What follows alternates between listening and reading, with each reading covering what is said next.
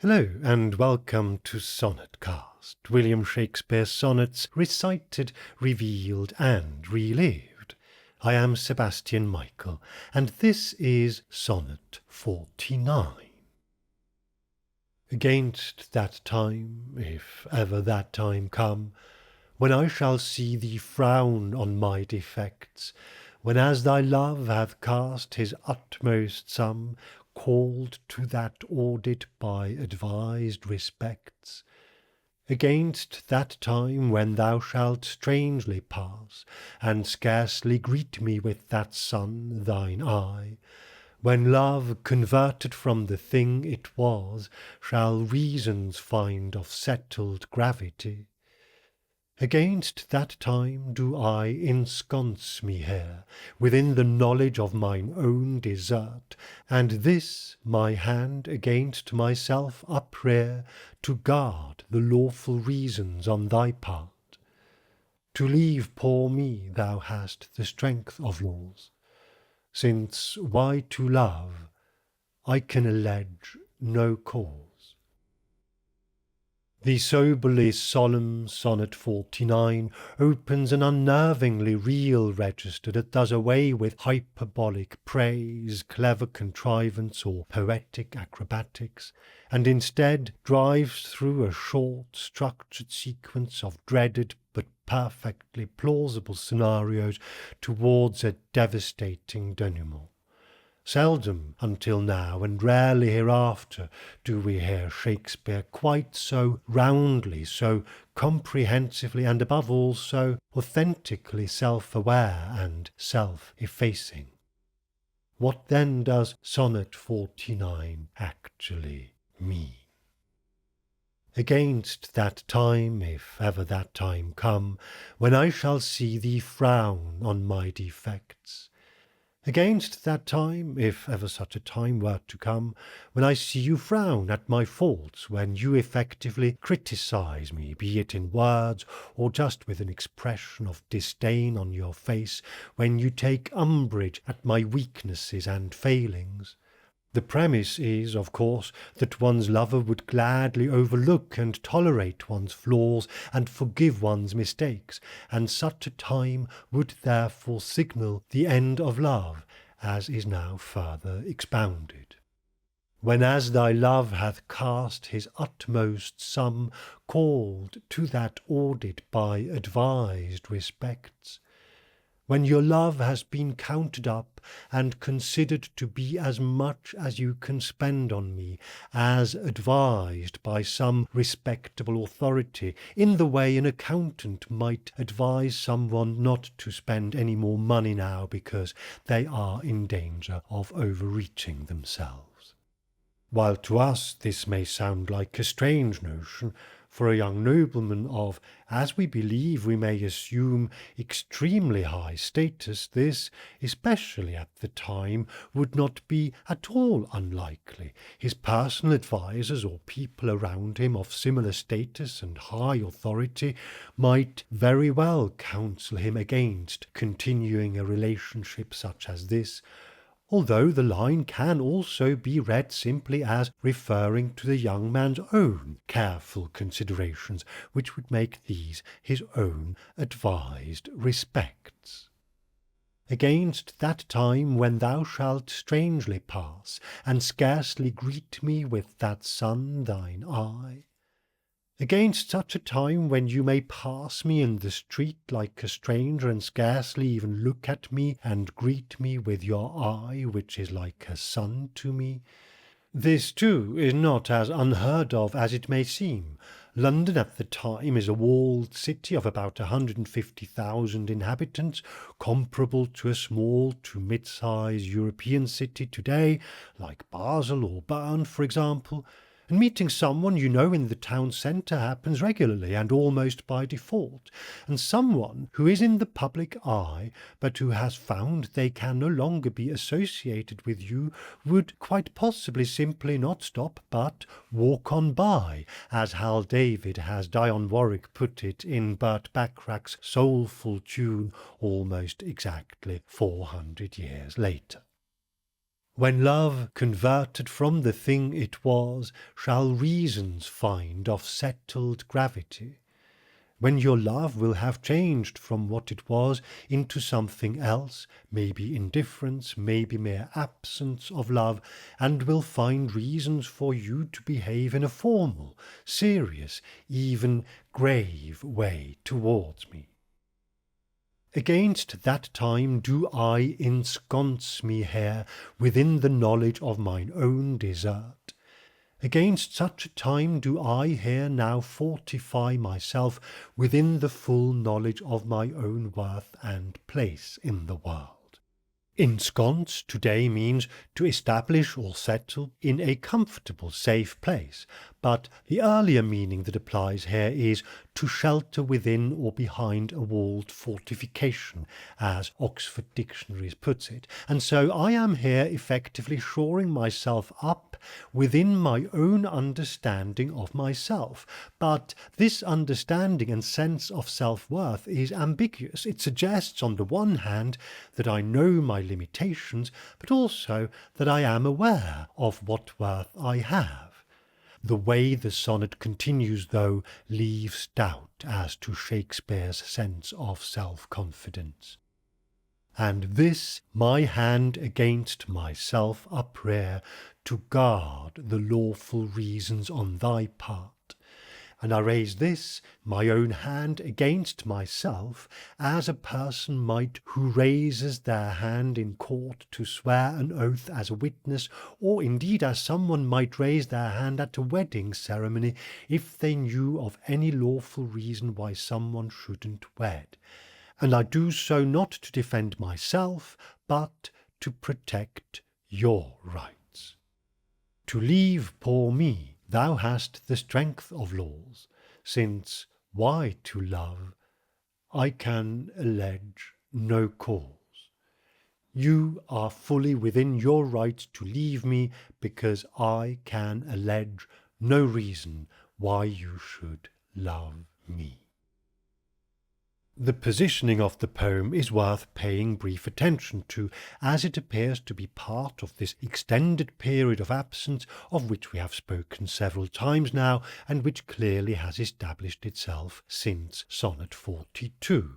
Whether chronologically it belongs here, we can't, as with the vast majority of these sonnets, be certain of, but it makes sense. And if so, Shakespeare appears to effectively forestall any disappointment on his return. This too would align believably with Sonnet 48, which precedes it, but with which it does not form a pair, as the previous two couples of sonnets have done with each other respectively. In Sonnet 48, Shakespeare worries that before going away he was unable to lock up his most precious treasure, the young man, other than in his heart, where, however, he is not tied down, but free to come and go as he pleases. This freedom did not sound like one that Shakespeare is overly happy with, but a fact of life he is learning to live with.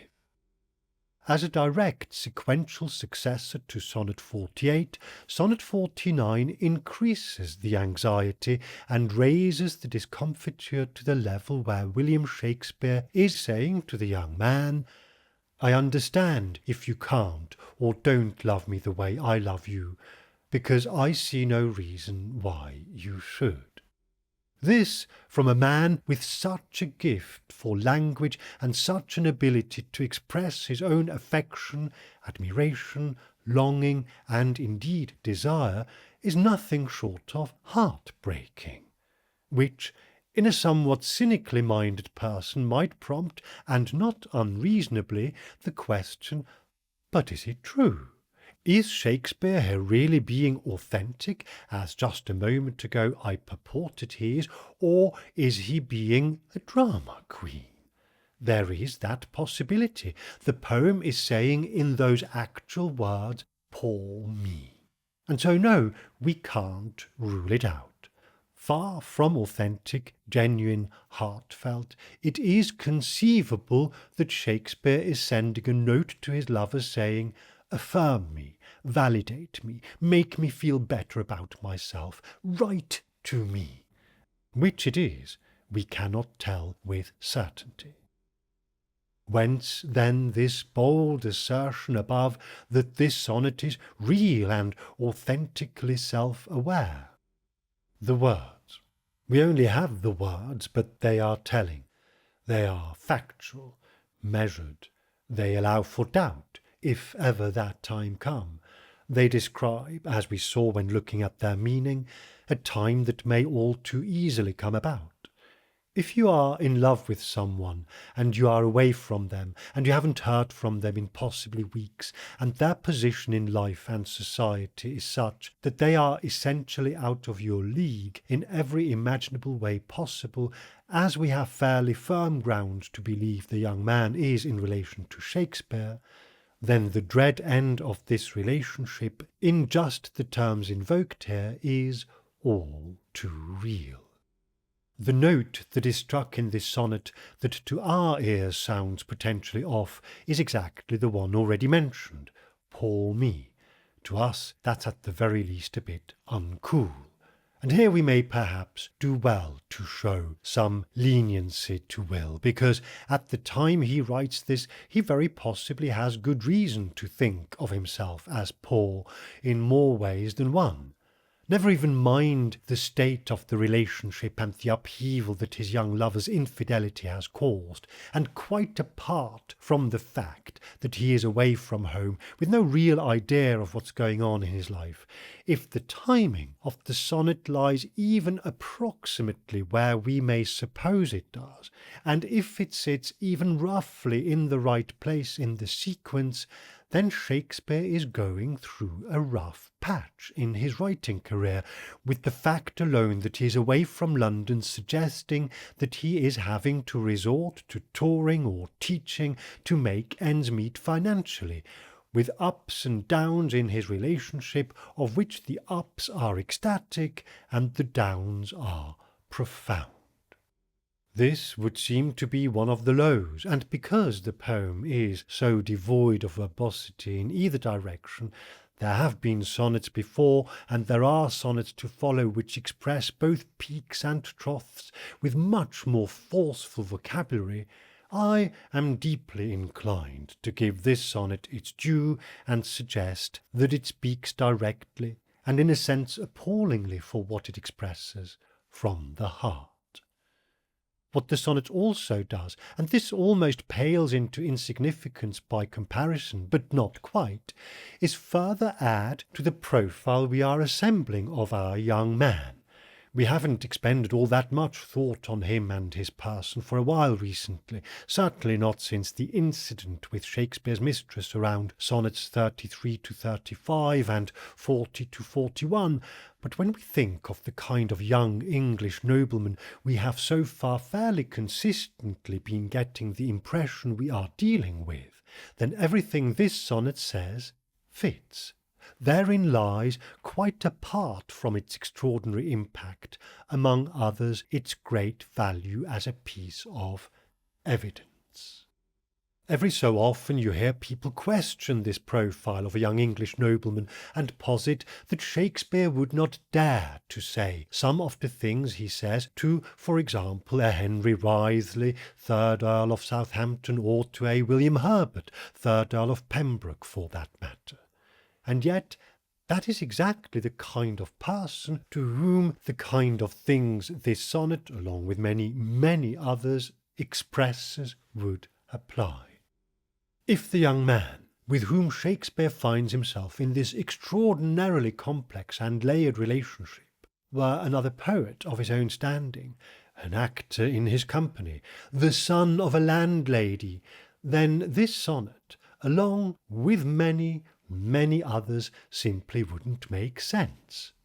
But the kind of person who would be entirely within their rights to say to William Shakespeare at some point, "I am so sorry, but my life does call me into a different direction now, and no reasonable person, no matter how smitten, could argue otherwise at that time, is exactly as we have been forming the impression, a young, exceptionally well-connected, powerful, and highly visible member of the aristocracy. The overriding sensation imparted by Sonnet 49, though, is sadness, because whether William Shakespeare, greatest poet in the English language ever to have lived as far as we know, has genuine reason to feel so dejected, or whether he is warding off against feeling so dejected because he fears that he may soon do so, whether he most deep down in his heart thinks of himself at this moment as poor me, or whether this is a cry for attention, or quite possibly something of a mixture of both, whether the young man he is in love with has given him reason for this self-doubt, or simply been incommunicado, or just hasn't realized how his poet friend is suffering, whether William Shakespeare ever wanted him, us, or anyone else to ever read these lines and discuss them in great detail or not, whether or not the poem is actually even addressed to the same young man as the others, or to someone else, or to a fantasy, or to an imaginary lover, or to an entity we haven't yet thought of. Hearing a man with a soul that runs deep and a heart that is so worn on the sleeve of his pages say, "Since why to love I can allege no cause," is simply abysmally sad. Everyone surely has something about themselves of which they know it is lovable. I dare say William Shakespeare knows of things that make him lovable, which on a better day he can and does think of and write about, not least when he tells us and his young lover that his lines will live forever, and in doing so keep the young man alive as long. But today, with Sonnet 49, our will is low and not afraid to say so. This too shall pass, though. Things will look up in every way imaginable soon, and till they do, 2 sonnets follow next that give us a yet stronger and more vivid sense of what being on the road and away from his young lover is like for William Shakespeare. And so, do join me again here on Sonnetcast as we recite, reveal and relive the sonnets of William Shakespeare.